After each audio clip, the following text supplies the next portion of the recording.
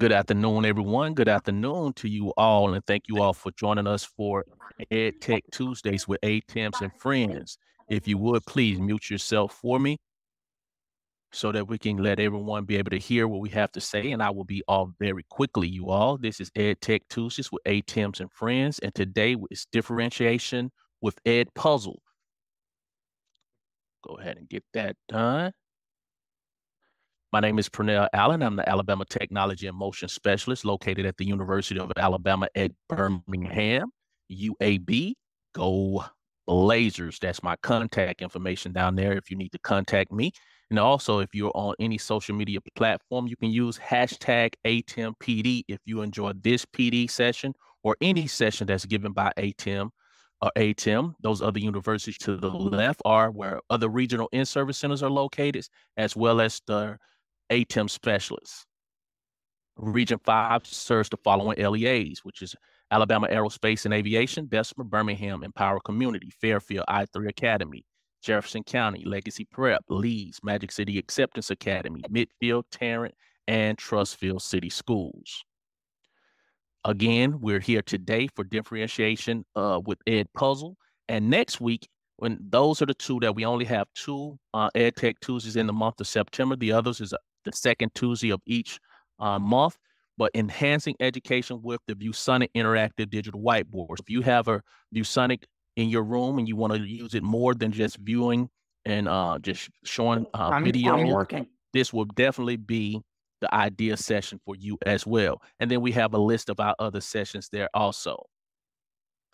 If you have not had an opportunity to check out Tim Talks, that's our podcast hosted by my colleague Angela Clark and myself. We push those out. We try to push them out monthly, but our schedules have been conflicting. So we plan to get back to that very shortly. So we highlight schools across the state, as well as bring awareness to other initiatives across the state and how they can be of service to you. You can listen to Tim Talks on Spotify, Amazon Podcasts, as well as Apple Podcasts. At this particular time, I'm going to stop talking and turn it over to Hannah Haskins, who will introduce herself more formally. But Ed Puzzle lets teachers transform videos into interactive lessons by adding voiceovers, quizzes, and so much more. And Hannah's going to share some of that with you all today. Thank you. Hey guys, so thanks for spending a little bit of your afternoon with us today. I'm going to get my screen shared and we are going to jump right into Ed Puzzle. So like Pernell mentioned, just a couple housekeeping things to keep our room nice and quiet today. If you could just mute your mic as y'all are coming in or as y'all are hanging out, thanks for doing that. The chat is opened.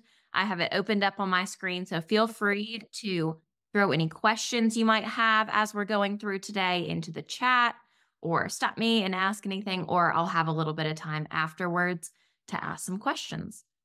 Today is specifically going to be about differentiation, but we're going to talk about a little bit of what Ed Puzzle is, how to enhance your rigor with Ed Puzzle, engage your students with some specific features, use different types of questions, differentiate your video lessons, and just incorporate Ed Puzzle. My name is Hannah Haskin. I am a North Carolina girl now, but my whole family is from the Birmingham area. So I taught in the elementary schools for most of my career and have my master's in curriculum and instruction from Appalachian State University, and curriculum coached and fell in love with Ed Puzzle when I was in the classroom and coaching. I loved the ability to almost duplicate myself in my classroom, to provide my students with real-time feedback, to know that the videos they were watching was safe. And eventually, I was using Ed Puzzle so much that they said, "Hey, Hannah, you're doing a lot of training for us and not getting paid for it. Are you interested in coming on board?" And the rest is history. So just to jump in a little bit, we're going to do a quick review of what Ed Puzzle is, because I recognize that we might have some beginner Ed Puzzlers in the room with us today. Ed Puzzle is a video learning tool at its core. A little bit of an origin story on Ed Puzzle. Ed Puzzle was created by an educator in Barcelona, actually, who was struggling with things like chronic absenteeism, learning gaps in his students, and engagement. Sound familiar? So he said, okay, my kids love videos. I'm prying tech tools out of their hands. let's find a way to take these videos, make them safe, make them engaging, get some data back from them, and make sure my students are learning from them. So from that, Edpuzzle was born. And now all of the enhancements that we're going to talk about today and some updates come from educators like y'all saying things like during COVID, hey, we really need a screen recorder tool to make our own videos. So the screen recorder was born, and et cetera, et cetera. Edpuzzle continues to grow by feedback or by teachers using Edpuzzle. So without further ado, we're going to take a second and jump in.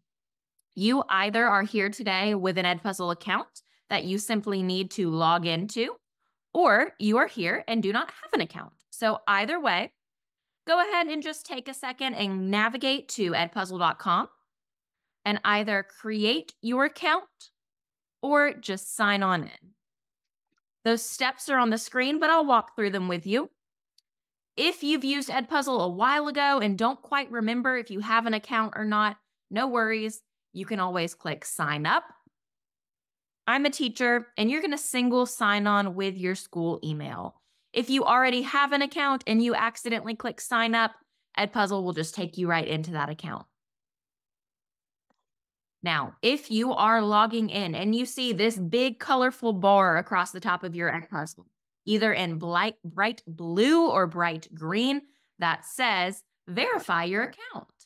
That means that you have not verified your email address. If you will take a second and just do that for me, all that's doing is telling Edpuzzle that, hey, yes, I am who I say I am, and I want this account to be linked to me. Give you a couple more minutes to get logged on in. Once you get logged in, you should be seeing this home page right here. This is called your Discover page in Edpuzzle. We're going to take a little tour of our Discover page in just a minute. All right. As I am taking a tour of your Discover page, feel free to continue to take a couple seconds to log in and get your account all set up. So Edpuzzle in the platform has over 36 million video lessons. That's a lot. So we're going to walk through some different places that you can find these and how to break them down first. The first place that you can find Edpuzzle video lessons is in this Discover page. If you've used Edpuzzle in previous years, you might notice that your Discover page is a little different. Edpuzzle has added in extra navigation tabs right here to help you really filter down your content into what you need. So let's say, for example, when I taught third grade, in the beginning of the school, I would teach things like multiplication tables. So maybe that's the topic I'm going to search. And I know that I want this to be applicable to my third graders. I can click that tab. I want this to be just one video. We'll talk more about playlists in just a minute. My duration that I want this to be short. We're coming back to school. I'm getting my kiddos into there. So I want this to be 5 minutes or less. I'm going to click that with multiple choice questions only, so it's auto grading. Now I see that big chunk of lessons has really tailored down. So that's the first place that you can always search is your Discover tab with your Omnibar. It's quick and easy to pull from. The next place that you can find videos is Edpuzzle Originals. Edpuzzle Originals are one of Edpuzzle's hidden gems. If you are looking at your Discover page, you will notice a tab over on the left that says Edpuzzle Originals. Edpuzzle Originals are libraries of content that Edpuzzle has created. We have an in-house curriculum team that is creating and pushing out content. If you are following along with the slide deck and my quick tour, I want you to go ahead and navigate to slide 9 here. For now, just put another link to that presentation in the chat. Thanks for that. Slide 9 has some state standard Airtable alignments right here for you. These are Airtables that show you specifically how those Edpuzzle Originals align with your Alabama state standards. These are wonderful to bookmark, to star, and to have ready to go for you. You'll see in each Airtable, the standard name is on the left, the Alabama actual abbreviated standard is on the right, and then there's links right in there to so many Edpuzzle Originals that specifically align with those state standards. you can click right into them and open them up in Edpuzzle to take a peek. Now, you may notice when you are looking at that Discover page that there is a subject missing. Fun fact of the day, Edpuzzle has grown to be one of the largest math curriculum creators for supplemental curriculums. And with that, we have grown a math library internally that's so large that we are offering it as an add-on for pro customers only. If you are, sorry about that. If you are a pro customer and want to chat about that, you let me know. Otherwise, these are your Airtables that I highly suggest bookmarking for your content to help you navigate those originals. All right, back to our tour. The next place that you can find content is content that you're creating yourself. There are two options to do that. Both of these options are going to come from our Edpuzzle Chrome extension. Our Edpuzzle Chrome extension is totally free to download and is going to unlock two special features for you. So if you have not ever downloaded the Edpuzzle Chrome extension, or if you haven't used Edpuzzle, I'm going to encourage you to open up another tab and just do a quick Google for me and Google Edpuzzle Chrome extension. The very first thing that's going to pop up in your Google is a link to the Edpuzzle extension on the Chrome Web Store. Different schools and different districts are different, so you may have the ability to add this yourself, or you may have to have a quick chat with your district technology person. Totally fine if you can't add it today, but if you want to get your Edpuzzle all set up and would like to go ahead and add that Chrome extension, feel free to just click Add to Chrome, and that extension is going to pop up right up top on your extension bar. So I mentioned that this does two things. The first thing that this Chrome extension is going to do is unlock Edpuzzle's YouTube partnership. Edpuzzle is the exclusive partner with YouTube, which allows us to activate a plugin to filter videos, strip away ads, strip away suggested content, student data tracking, all of the things that make YouTube sometimes not the best tool for our classrooms. If you've added that Chrome extension and you want to walk through and see this in action with me, I'm going to navigate now to youtube.com. Nowhere additional, nowhere in Edpuzzle, just YouTube. And I'm going to search for a video that I want to use in my classroom. Maybe, for example, today, I'm teaching a lesson on animal adaptations. Now, when I click this video, the video can be great, right? I've vetted it. I've watched it a million times. It's ready to go.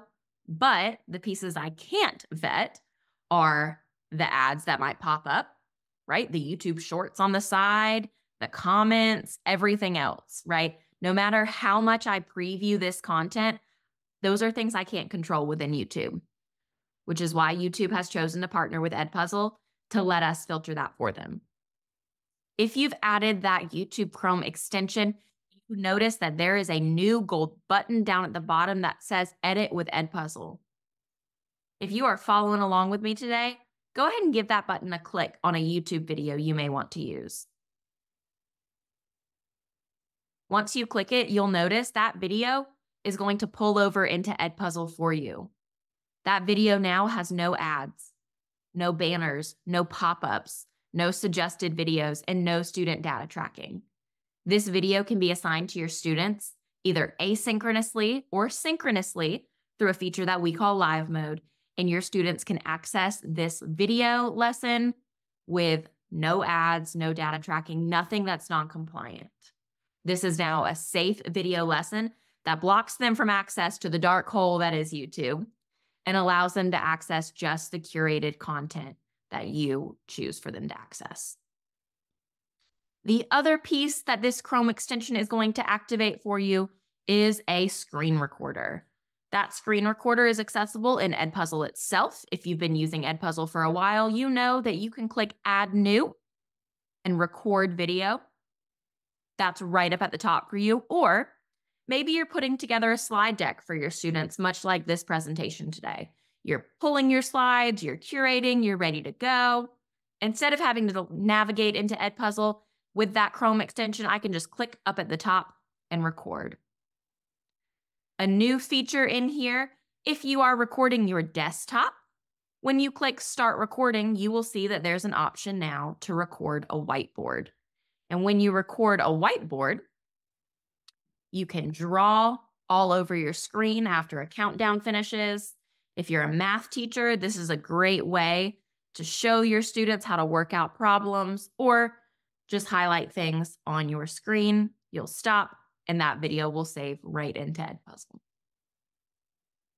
Okay, so these are a couple just review things, the tried and true of what Edpuzzle is. We're about to jump in deep to differentiation. Before we do that, are there any questions about those things about Edpuzzle that we know and love, such as how to add content or where to find it? Feel free to unmute or pop things in the chat. Just quick temperature check-in before we jump into more advanced stuff. Okay. All right, if at any point there are, feel free to stop me, but we're going to talk now about making our questions in our videos more advanced or making them just right fits for our students. Before we jump into the different interactions available, I'm going to hop back over to that YouTube video I pulled over and show you something new that released at the end of last year. So if we have any old school Edpuzzlers in the room with us today, we know that one of the least favorite things about making Edpuzzle from scratch is we found this video, we import it, now I've got to watch this whole 8-minute video and add in all my questions, right? I know when I was teaching, this would be the thing that I would divide and conquer with my teammates. Now, if you navigate over to questions, you may have noticed that there's a new button here.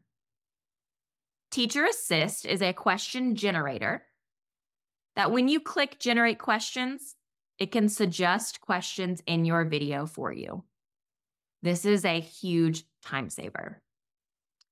Part of what makes Teacher Assist unique is that Teacher Assist is not reading the transcript of this video and then generating things from there. What it's actually using is the 36 million plus videos and questions that real teachers have put in Edpuzzle with those depths of knowledge, those kind of vocabulary words, and including them in similar videos. Now, we strongly believe that at Edpuzzle, the teacher is always the pro, so these are completely editable. They're able to be deleted.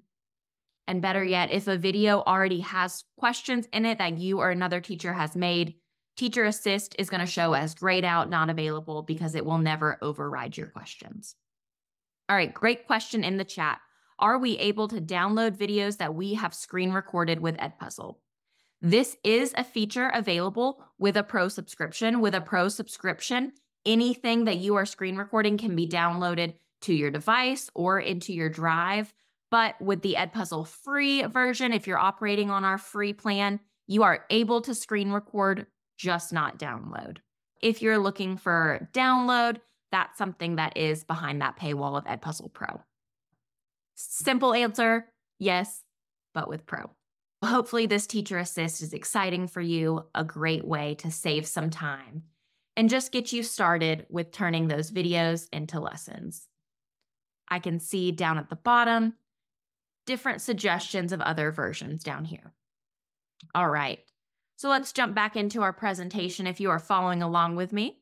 I am on slide 10, and we are going to talk about adding in some questions on my videos. Lee, yes, you can absolutely upload videos that you have made using any other screen recorder. If you screen recorded with QuickTime Play or Screencastify, Screencast-O-Matic, any of those, up on that Add New button up top, just like where you were going to click to screen record, you can upload any video that you have recorded elsewhere. Great question. Then once you have uploaded that video, we need to add in some questions to it to turn it into a lesson. When you add questions, there are a couple options of different types. If you've never used it before, you can add in multiple choice, open-ended, or just notes. Today's a little bit more of an advanced session, so I want to show some of the hidden gems in here when you're adding those questions. When you're adding those questions, there's a taskbar up top. That bar lets you edit your questions to include richer text. There's the option to add in hyperlinks. Hyperlinks will open in another tab.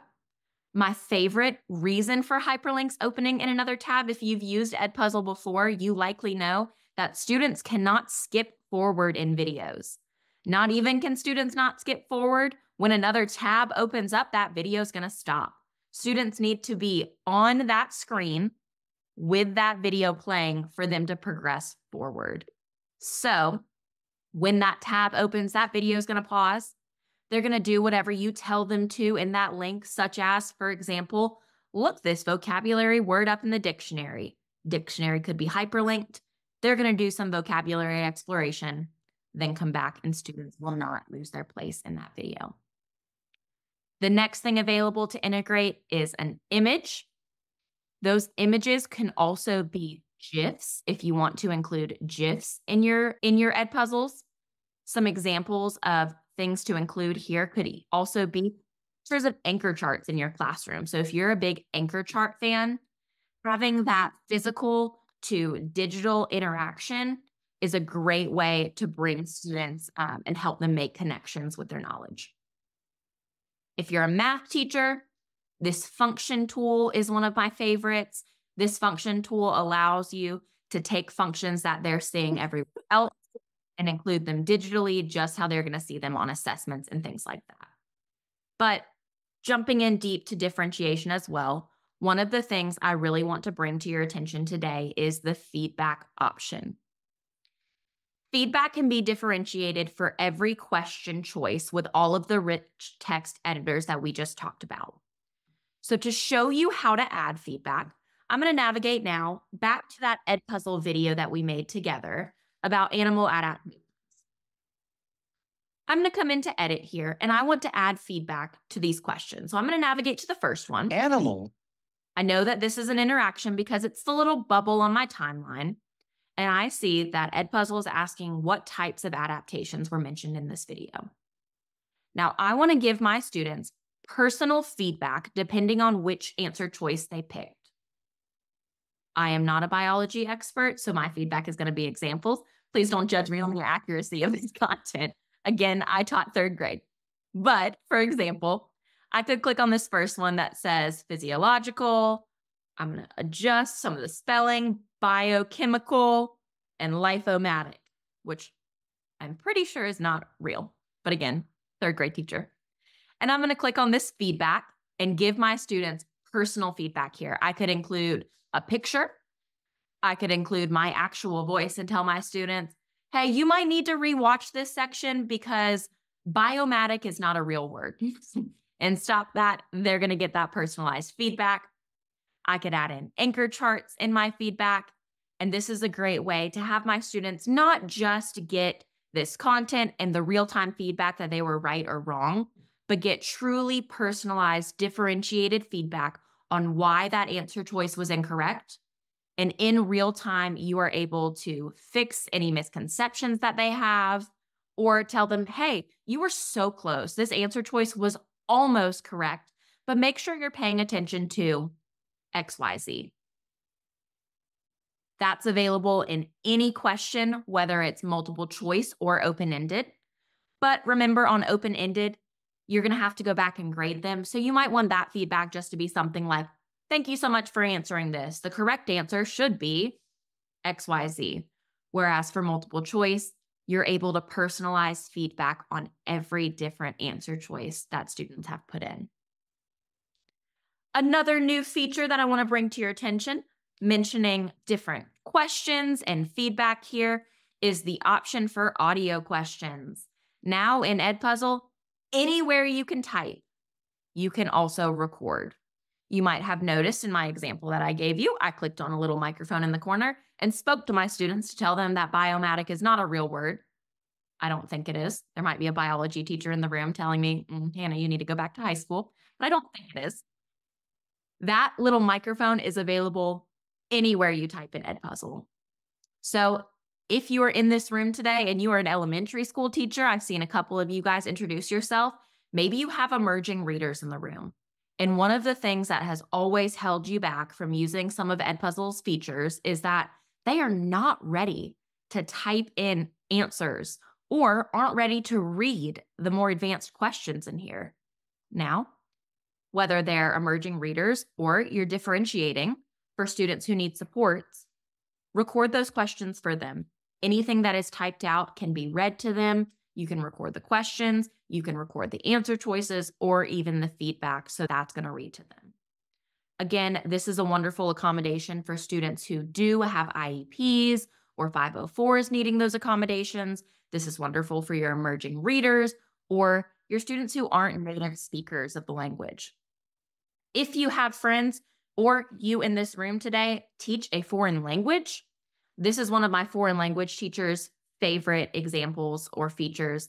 There's also the option to navigate and toggle on, oh, French teacher in the room, perfect timing, woohoo, to turn on audio responses and open-ended questions, which is where your students are going to respond back to you in speaking. They're going to record themselves. This is a great way for them to practice the language you're teaching. All right, we gave some ways to differentiate, but let's talk about the different things we can differentiate. Edpuzzle allows differentiation in a couple different ways. First, you can differentiate the content you're giving to your students. Again, there are over 36 million video lessons in Edpuzzle. A lot of video lessons. Anything in YouTube is also at your fingertips to pull over and now with Teacher Assist, quickly turn into a lesson. You can differentiate the content by assigning different students different lessons. Another option is to differentiate the process. We talked about one example of this by toggling on those audio responses to allow students to speak versus type, or by having their process look different by adding in audio from you to have them listen. Another example that we'll talk about at the end is the differentiated product, where students are creating something for you that looks different. Before we jump into those things more in depth with our last 20, 30 minutes or so, the differentiation cycle that Edpuzzle hosts is to first assess through a formative assessment. After you assess and get that real-time feedback from Edpuzzle, you can identify a need, make a plan, meet that need, and the cycle continues. Edpuzzle aims to help you meet every piece of this differentiation cycle. That starts with assessing through a formative assessment that can be an Edpuzzle. Edpuzzle can be used for formative assessment because we allow you to track progress in real time, to see what your students are answering, provide feedback to your students will get that data, and then you can inform your instruction by the second step, which is identifying a need. If you use Edpuzzle through a learning management system, such as, we're going to pause this real quick to back up, such as Google Classroom, Schoology, that gradebook is going to sync directly. All of your grades are going to be available in Google Classroom and Schoology. And if you're an Edpuzzle beginner in this room, that might be as far as you go with digging into that data. But when you click over into edpuzzle.com, that gradebook is going to go deeper. And I highly encourage you, maybe not on every assignment, but on the ones that you really want to utilize that data, to click over into the gradebook. You'll do that by clicking on your class from My Classes once you've added it. After you click on a class, click into an assignment. Once you've opened that assignment, you'll be able to see much more organized data. You can grade in here and leave any feedback on the overall assignment. Here we go. Remember, you can auto set specific feedbacks, but if you want to give a feedback specifically to one student, like to say, Ernesto, this was great, but XYZ, you can give feedback and deliver that to your students, as well as grade anything that was an open response question. Looking through the data quickly, Edpuzzle sorts data into what we call stoplight data, meaning they're quickly going to be organized into green, yellow, and red. You can sort by the grade, sort by student's name, or sort by progress to see who maybe hasn't finished that assignment. And quickly you'll be able to see, okay, these kids are green, right? They got 100. Maybe they only watched it once. They turned it in quickly. They are ready to go with something to advance their instruction. These students may need more instruction, some practice, or another support. Maybe these are the ones I pull for a small group. But does anyone notice something that may tell me that I need to flag one of these students for something different? You probably noticed that Jules hasn't finished this assignment. I know that because first, it says not turned in. But next, you'll notice on that bar, Jules is not quite to the end. A grade will not populate here until Jules has finished that assignment. And once Jules has finished that assignment, her grade will populate, and I'll know how I need to sort her into a different group. So this is a great way to create your small groups.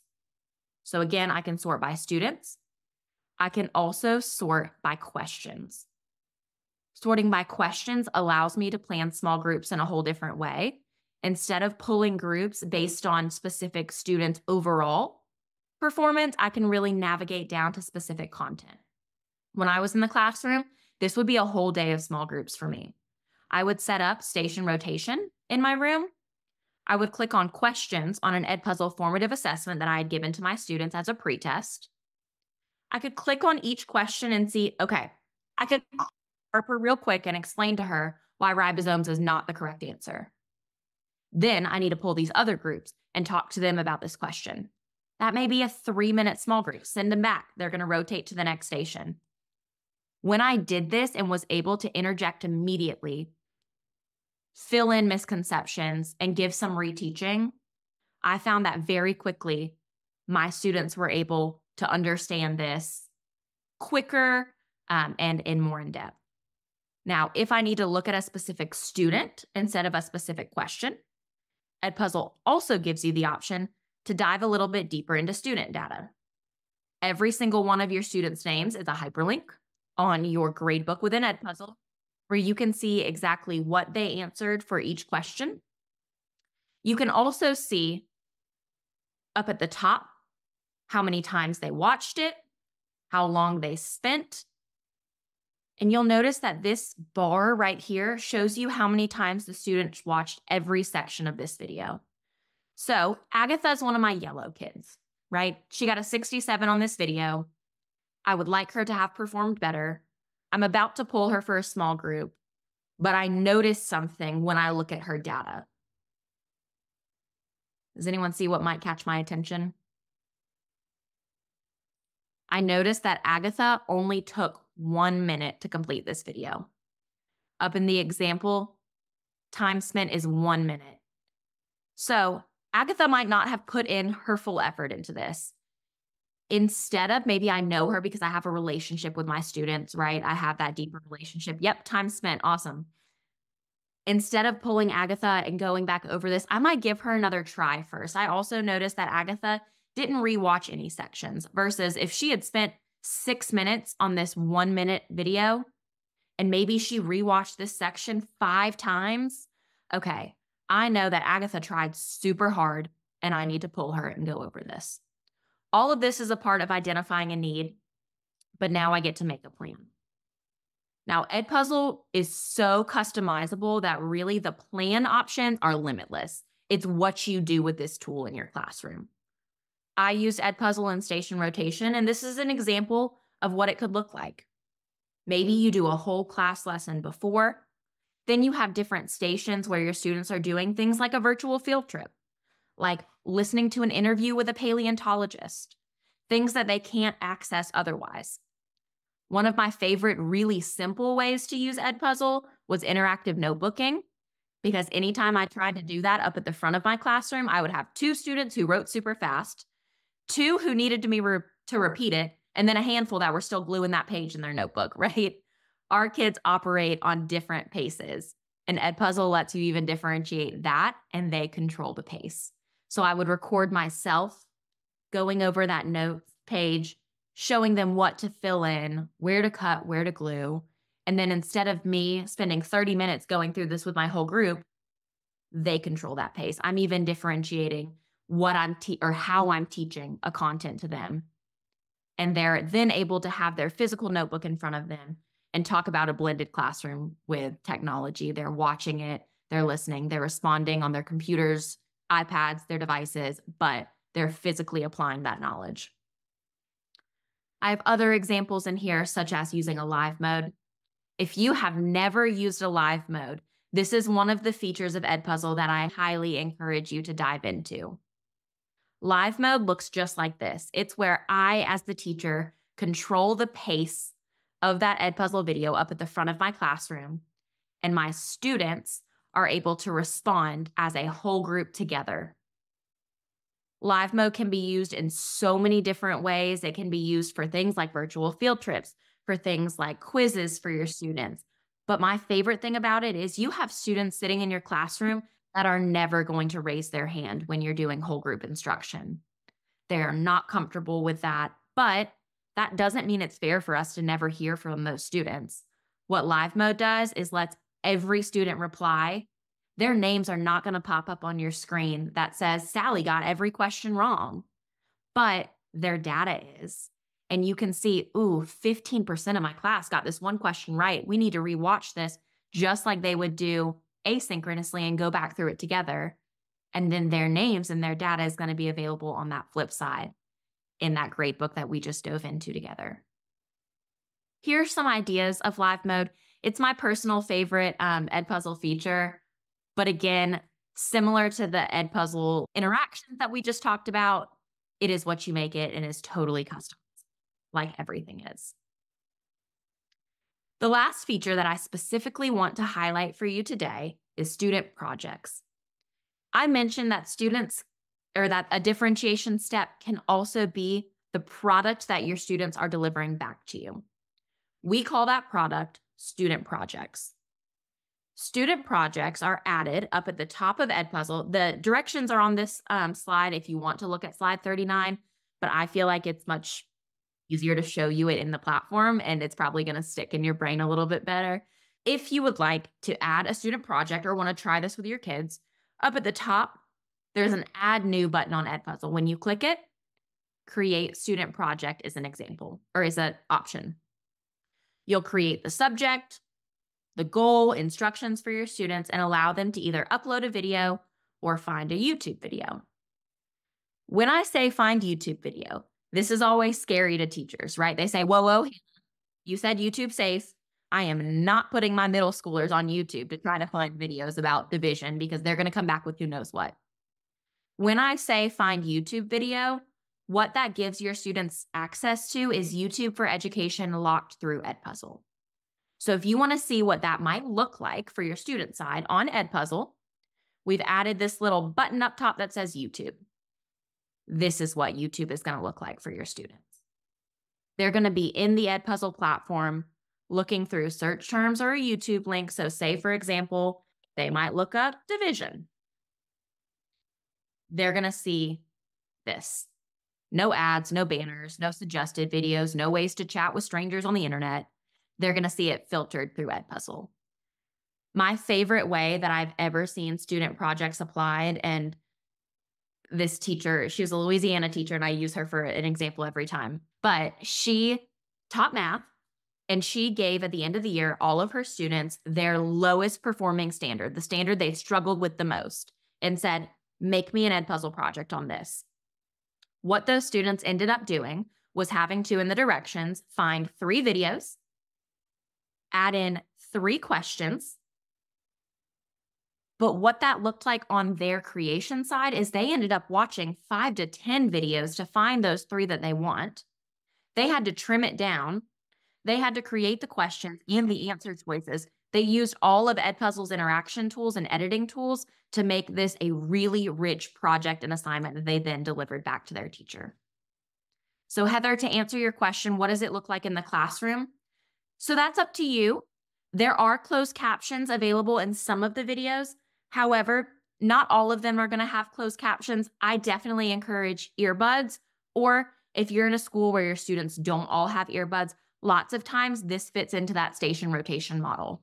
There's one station where students are working on this project, so you don't have 30 devices going off with these videos that they're looking through. You might have 5, and that's their project time. Or lots of times projects can be used as an early finisher or a way to advance your student. So say, for example, those 5 green kids, They mastered this standard before I even taught it, maybe in a pre-assessment. I can assign them a student project on the next standard, and they're going to start self-teaching by watching these videos and creating this project. So again, those are just some examples, but it's going to be what you make it, and it's going to be structured however fits best for your classroom. I have some ideas for student projects here, such as demonstrating how to solve a math problem, an experiment, and then I end today with lots of other resources for you. I have some examples in here of different ways to use Edpuzzle.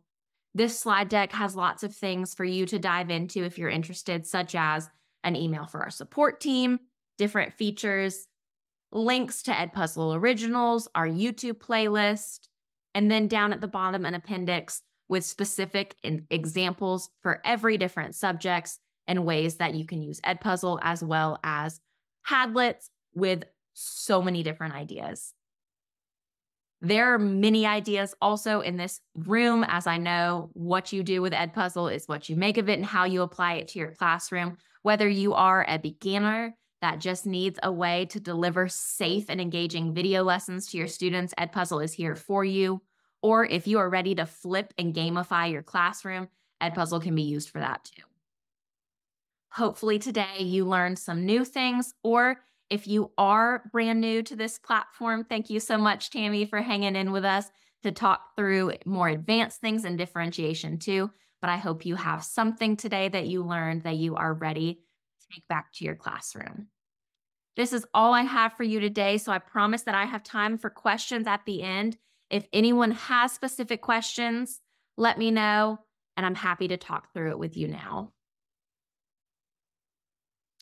Ooh, Felicia, this is a question for you, Purnell. How do they get access to this recorded video?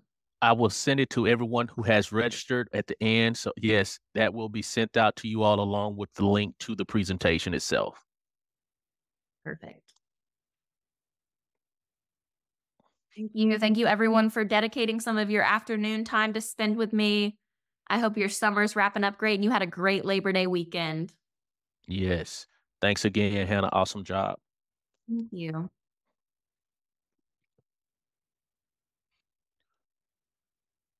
Yay, I'm glad that you guys got new informations for if you're a new user or if you use Edpuzzle a lot, Robin. All right, if you are interested in the pro version, you can contact our support team or you can contact me directly. My email is just hannah@edpuzzle.com. Thankfully, I was the first Hannah here. But our support team or our support button on Edpuzzle, they'll get you straight to me too.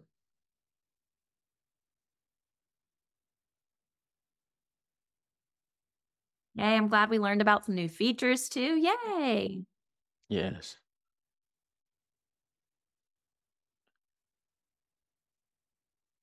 Emily, if you want to talk through things together, we absolutely can a little bit more to help stop that learning curve. Today was a little more advanced, but I promise once you click into the platform, it definitely is simple to get started just on the basic things. Don't feel like you need to jump in your first day to a student project. Definitely encourage you just to look around and start building your content library.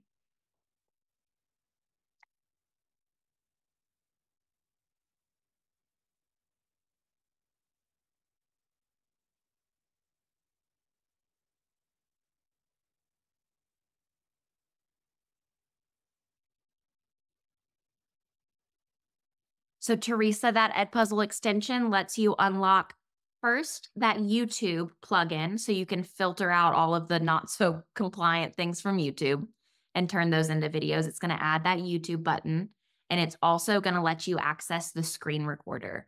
Edpuzzle has a totally free embedded screen recorder that you can use, and that extension activates that screen recorder for you, just like any other screen recording extension.